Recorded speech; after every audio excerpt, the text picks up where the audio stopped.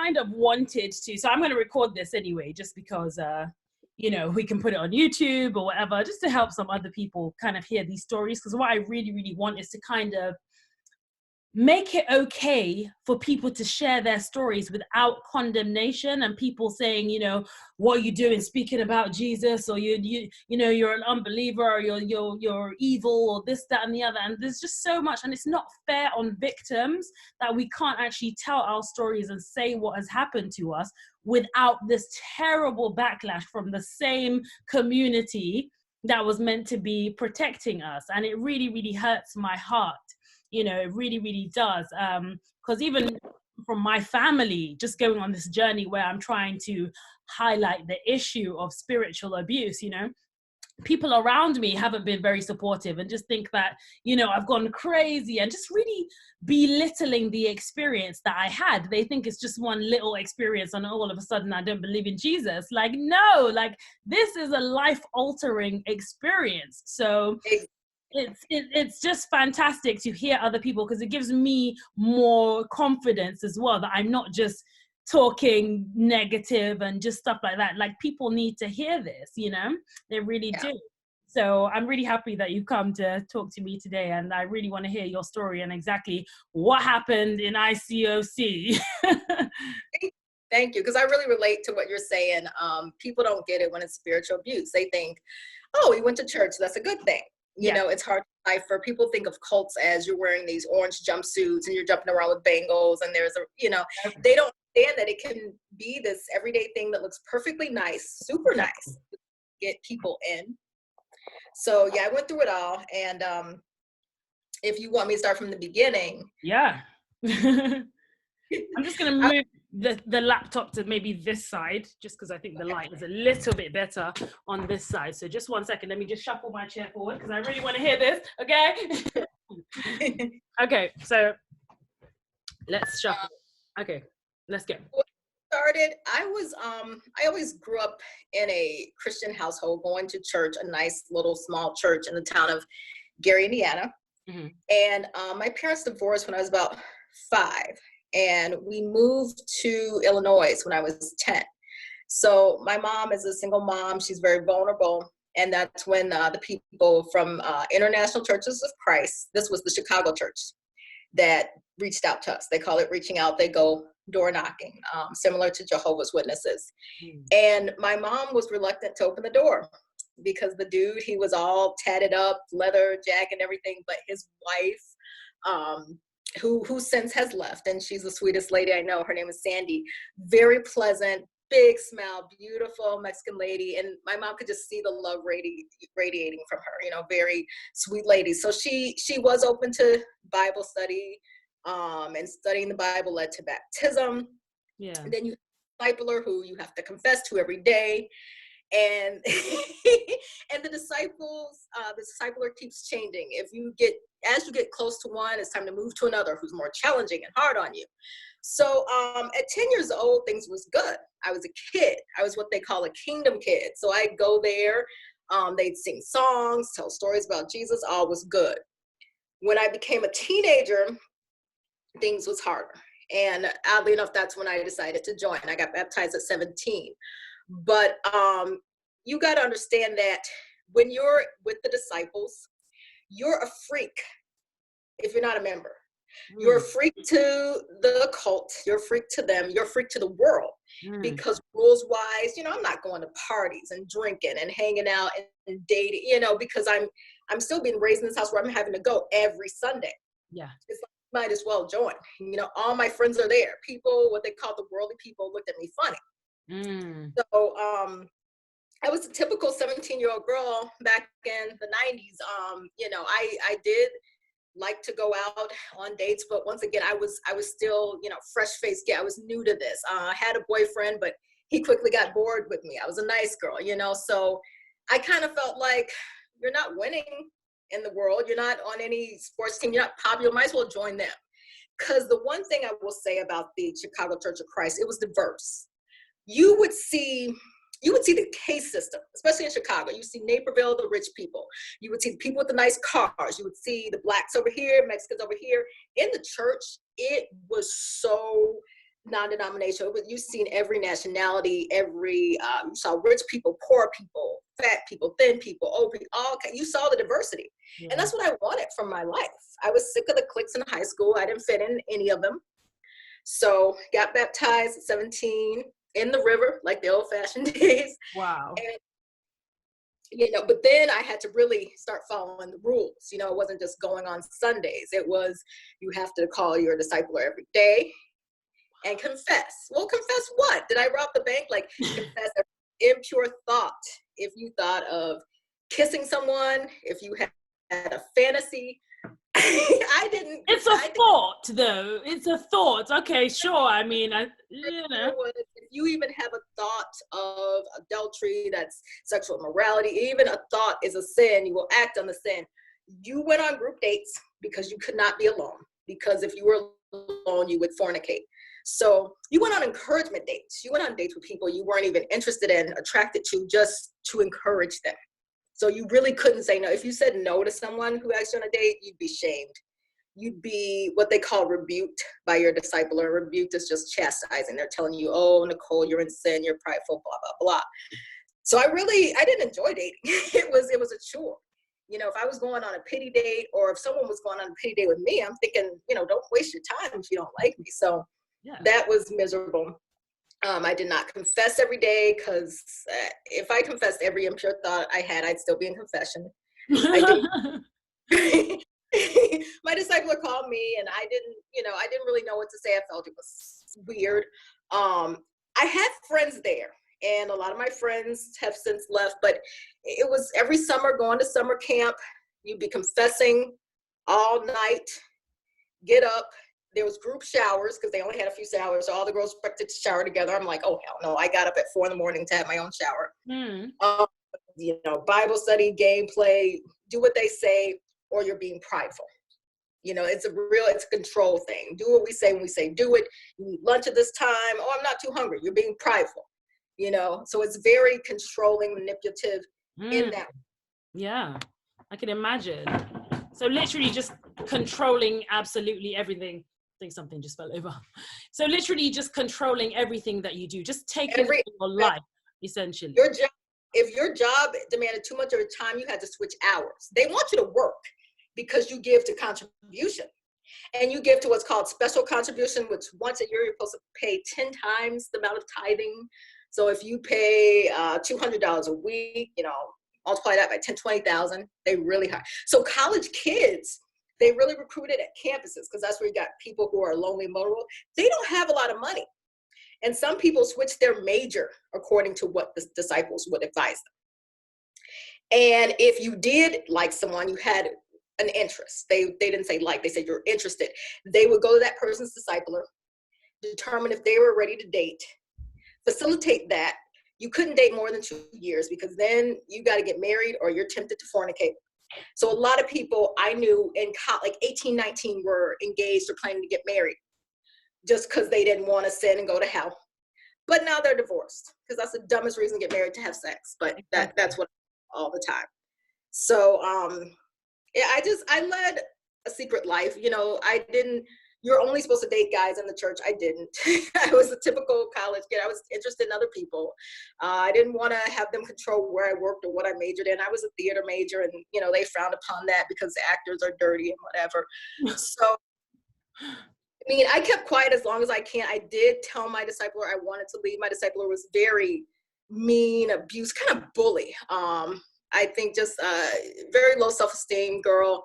And, later in hindsight, I think she was jealous of me, but I said, I can't do this. I'm miserable. This is too much. And she said, well, I talked to the leaders, and they said, you have to listen to me.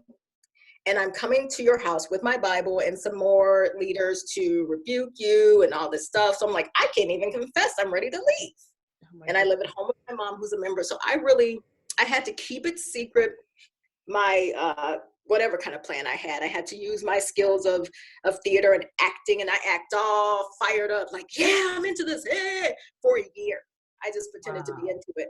And then it was my 20th birthday. I decided to leave when everything was nice and dandy, because they had balloons and we all went to the show together. And I said, if I leave at any other time, they're going to make up a BS excuse. Like, they call it fall away. She fell away.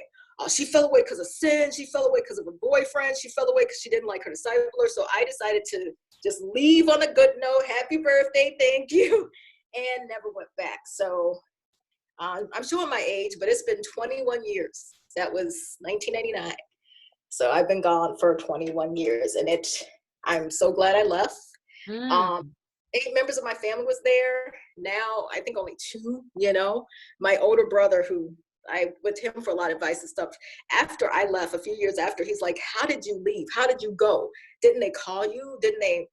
I mean, this is before internet and cell phone. Like, they would call at my house. They would call at work trying to get me to come back. Wow. And I would just have to hang up. I would have to just keep walking away. They were very aggressive, and they said, well, if you die tomorrow, don't you know you're going to hell? So just that's not even like, I'm just giving you as much the short story version as I can. It's actually insane for me, because even when you just said that, I was having a live conversation with somebody on Instagram yesterday, and this is exactly what he said. If that's the line that they always used to hit people with when he's doing evangelical work and stuff like that. Well, if you die tomorrow, where are you going to go? Where is your soul going to go? Are you going to hell, sort of thing? And it's just like, it's all fear. Even with this whole coronavirus situation, they're just trying to say, I think there's, I don't know, some popular pastor on Facebook, and somehow, I don't know how he ended up on my page, because but he ended up on my page and on my feed. So I went in there and his live session, and he was just telling people, you're gonna go to hell, you need to repent, these are end times, you need to repent, and all of this. And I actually had to comment on his stuff: stop scaring people, stop trying, because it's all fear based. You're putting yourself through all of this fear based on something you cannot even see. You're actually living in hell because you're so traumatized at the thought of burning in eternity. What does that even mean to you? Because I think you're burning right now. I think you're in hell right now because your mind is never settled. If these people are calling your work phone, if they're calling your house, there is no rest. And even when nobody is around you, you're still in your own head telling yourself, oh my goodness, I might have sinned. I'm seeing a boy who's not from the church. Oh my goodness, I haven't confessed my sin to this disciple. There's so many things going on with you. I'm doing a different major that they wouldn't approve of. I'm doing this. I'm doing everything you do is wrong. So you just feel powerless at that point. You just feel powerless. What am I good for? And I think it really brings self-esteem really, really low. I think it's a false sense of confidence. And I've mentioned this before, I think on, I don't know, either my podcast, sorry about that sound, either my podcast or my, one of my Instagram live sessions. And I mentioned that, being a part of a religious movement, an unhealthy religious movement, it can bring your self-esteem lower because you're thinking nothing that I ever do is good enough. Everything about me is flawed. Everything about me is wrong, and that's why I just don't support it. I'm really trying to shed the light on these kind of organizations that do take over people's lives, because if you haven't been through spiritual abuse before, you won't get it. You don't understand how soul shattering it actually is. You're saying you left your institution about 20 years ago, 21 years ago. And still, it's so traumatic that you're still speaking about it today. 21, it's life altering. People really underestimate what it does to a person. It's actually insane. So I just want to ask you about this disciple. So does it have to be a woman for a woman and a man for a man? Yeah, boundary is a woman for a woman, a man for a man. Because you're supposed to confess everything. So of course, if you confess any kind of sexual impurity to a man, he may take advantage, and vice versa. And that's part of the studies series too. They used to do a 12 steps studies series and light and dark and confess this, and they would use that stuff to manipulate you. If you said I had a problem with smoking or drug, they would later bring that up and be like, oh, that's why you're struggling again. Be it an eating disorder or mental health issues, of course, too. And that's why they do it, just to collect information about you, to use against you later. There is nothing positive about having a disciple watching over you every day that you have to confess to. It's all just writing down your weaknesses so that they can stab you and pour some salt in there when you're slipping off track or whatever, falling off, as you said, backsliding. It's really, really, people don't see a problem with it. It's like you're enslaved, but you don't know that you're actually enslaved. You're in bondage, but you don't actually know you're in bondage. Yeah, that's what it was for me. Like I said, I was secretly dating, and my best friend leaked out I had a boyfriend, and my disciple at the time, she told, and she came to me and she said, you're supposed to live a private life and not talk to these outside guys. And she gave me a list. I told you, so she gave me a list of guys, like 10 guys. You are permitted to date these guys. And I was so insulted. Could you imagine someone saying, break up with whoever you're with, here's a list of 10 approved people who you can date? Like, what gives them the authority to say who you should date, really? But when you're in the situation, you might think, okay, these people want the best for me. They want good for me. That's why, maybe it's good. I want the covering of God. I want to be protected from evil and enemies and all the rest of it, right? I want that. So that's why I'm listening to them. That's why I'm subscribing to the stuff that they're dishing out to me, because I genuinely believe that they wouldn't put me in harm's way. They want good for me, but you don't notice the level of control that they actually have over your life for them to even be dictating, what you're majoring in, who you're dating, things like that, maybe even things you eat, Exactly. Yeah. Oh, speaking of eat, college kids gain the freshman 15. Yeah. They be sharp. They use the word sharp. They abuse it. But where I came from, sharp meant you dress nice, you look good.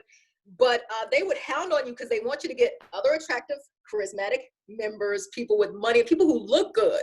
So they would harp on you, lose weight, lose weight, lose weight. And some people, I can see if they had a problem with binging, obesity, even, that's still kind of mean. They got to choose to do it on their own, but they were on us all. People were confessing, oh, I ate this and ate that. And they wanted everyone to lose as much weight, to look as sharp as they could, to get as many people as they could.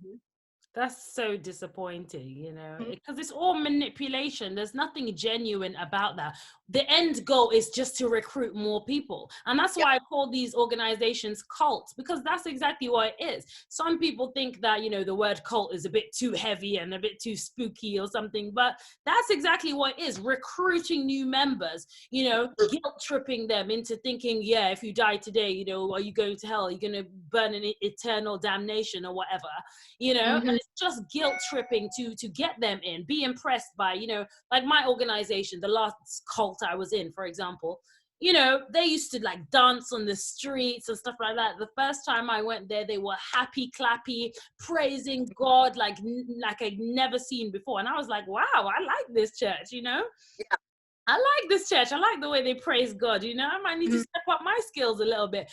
But, that was just to impress people. And they used to do that out on the street. So when you see that, you'll be thinking, that's a charismatic. Exactly. That's what the ICC did. When you're new, oh my God, you see people dancing and singing. You see people of all different races all together, and they're welcoming you, hugging you. Hey, can I get your number? Let's go to a football game. They're inviting you to parties and stuff to get you in. You're going to be love bombed. Once you're there, it's time to work. It's time to go out and get more people. Exactly. And then from they've secured you from the love bombing stage, then they start, okay, so I'm your discipler. Okay. Let me find out who you are. What's your weaknesses? That kind of thing. Where can I get you? You need to change, you need to grow. And I was always, how you talk about that manipulation of wanting to please. I always just wanted to hear a job well done. Pat on the back, that I did something good. I kept working harder and harder to get that.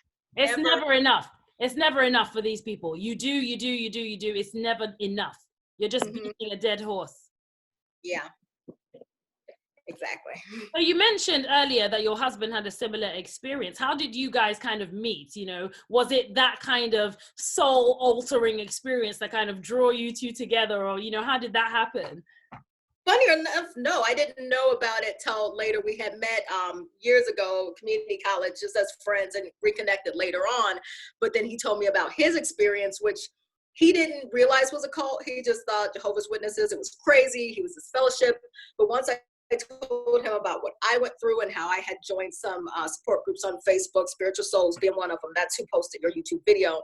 He looked into it. He joined some support group from former witnesses and saw a ton of stuff on YouTube. And he's like, oh yeah, they were controlling, they shunned him. And, my family hasn't shunned me, but we connected and that we really related to that. It was kind of a strange coincidence that maybe that did kind of our unspoken connection or something, or we're very free spirits and like to do what we want, won't be controlled kind of thing. Because to this day, I don't have anything against the church, but when I go to any church, I'm a little bit scared. I'm a little bit taken aback, because I'm triggered. I'm triggered. I have to say, it does. I've been to a couple different, like I've been to an AME church, a Bible-based church, and I'll get a call the next day and I'll be scared because, the disciples call every day, why weren't you there? And they'll come like, hi, Mrs. Jordan, we just wanted to see if you like the service and is there anything we can pray for you about? I'm like, really? It's kind of like the rape victim starts dating again, they may never get married or have that kind of relationship, but I have my own personal beliefs, but yeah, like you said, triggers. There's certain words, there's certain things that'll make me just cry. And it's been 20 years, but some things feel like it was 100 years ago, and some things feel like it happened yesterday. Yeah, absolutely. It's actually crazy.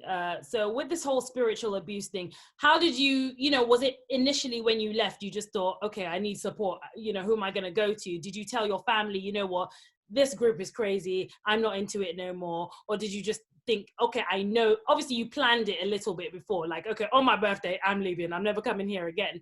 But did you like immediately go for the support and say, there's something terribly wrong? Because with me, when I left, I didn't even know the term spiritual abuse even existed. I spiritual abuse, what is that? And you go around to people and ask them, laymen, what is spiritual abuse? And they're like, spiritual abuse, what's that?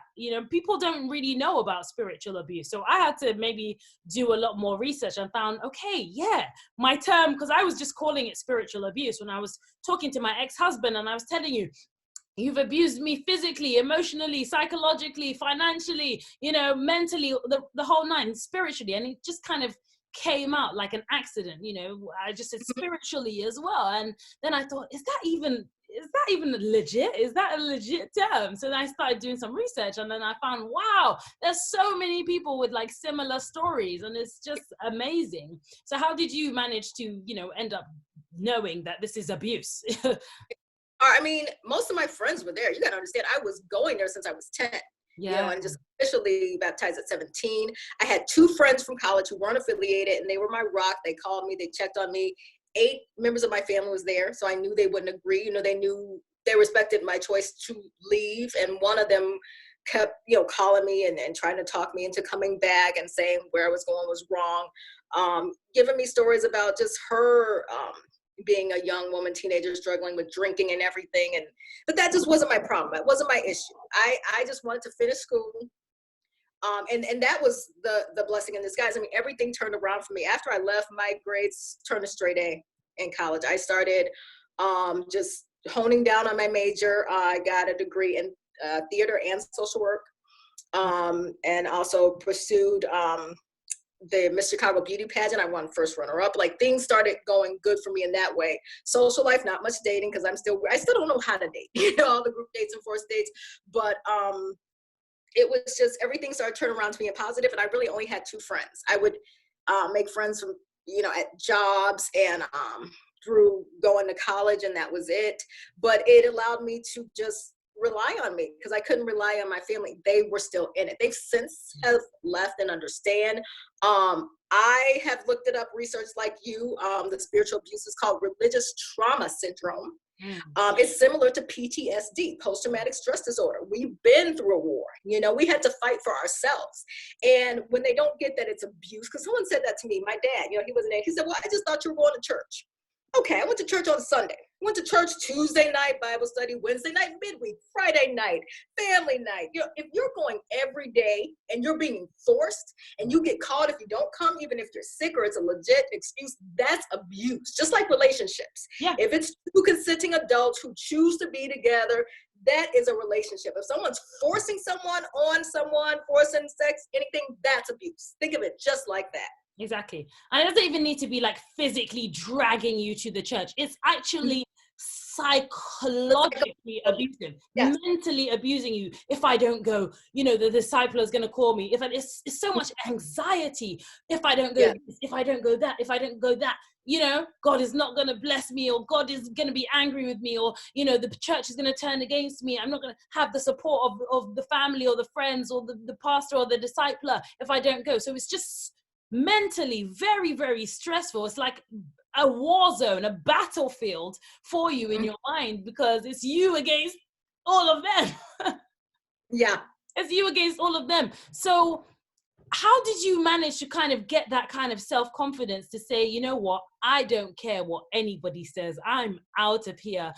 Just thinking about you, obviously coming from a religious background from when you were little, they've probably instilled those ideas in your head that, if you don't go to church, or if you don't believe, or if you don't, kind of subscribe to the faith, you're going to go to hell, essentially. Did you have those fears of, maybe I'm doing something wrong by leaving, maybe I might go to hell, now I'm in the world, now they can get me? Nothing like that. Because if that's the case, we all going to hell, because they laid on the fact we are the one true church and everybody else is wrong. So that means everybody else is going to hell. My great grandma from West Virginia, everybody in high school, I did have a couple of friends who were Islamic, and they were very diligent. They prayed every day in the bathrooms. They did not pray when they were on their period. They were the most faithful women I know. If they're not going to heaven, I don't know who is.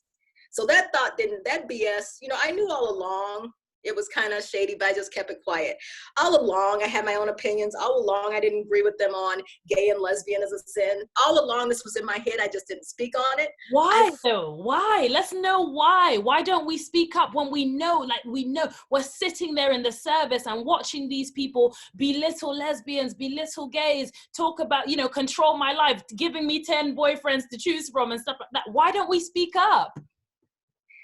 I never spoke up, and that's, once again, how I say it's a blessing in disguise. I was a very shy, bashful kid. I never talked, period, which maybe if I was more popular in the world and on teams and on stuff doing good, I would have never joined in the first place. So I go to a place where I'm being love bombed and affection, and I keep quiet. But when it was taking over my life, over every choice I had to make, I had to speak up. It forced me to learn how to speak up. I mean, people from my past wouldn't believe I'm here talking to you right now, because I used to be afraid of my own shadow. I didn't speak up about nothing. Being in that situation of life or death, yes, it was a war of my own freedom, of my own rights, of my own beliefs.